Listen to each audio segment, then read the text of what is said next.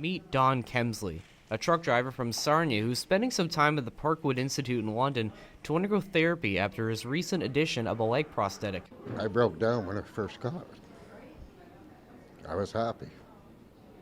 I still get emotional about it. Kemsley describes himself as someone who likes to go with the flow and doesn't take himself too seriously. I told my nurses the other day I found my prosthetic leg sitting out in the hall. And they said, "What was it doing there?" And I said, "Well, it's restless leg syndrome." Despite his rather positive outlook on life, he admits that he was in a dark place the few months after his initial surgery. I went into depression. I didn't want to talk to anybody. I didn't want to see anybody. While Don was lucky to have his wife by his side, not all amputees have that constant support, an issue fellow amputee Gerald LaHaye is attempting to solve.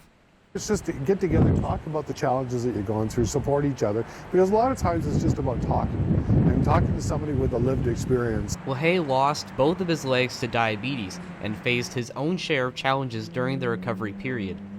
I ended up killing myself in April of 2017. Just everything piled up on top of me, and I ended up killing myself. I was found dead.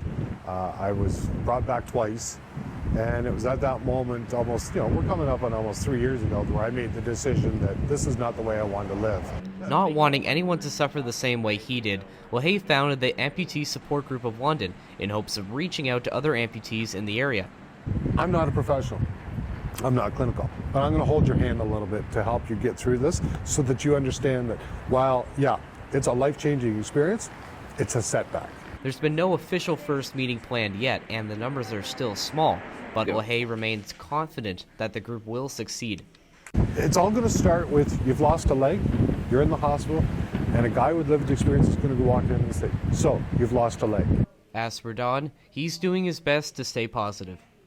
There was one phrase that I saw, and it was a double amputee, and somebody come up and said, "How can you be so positive without your legs?"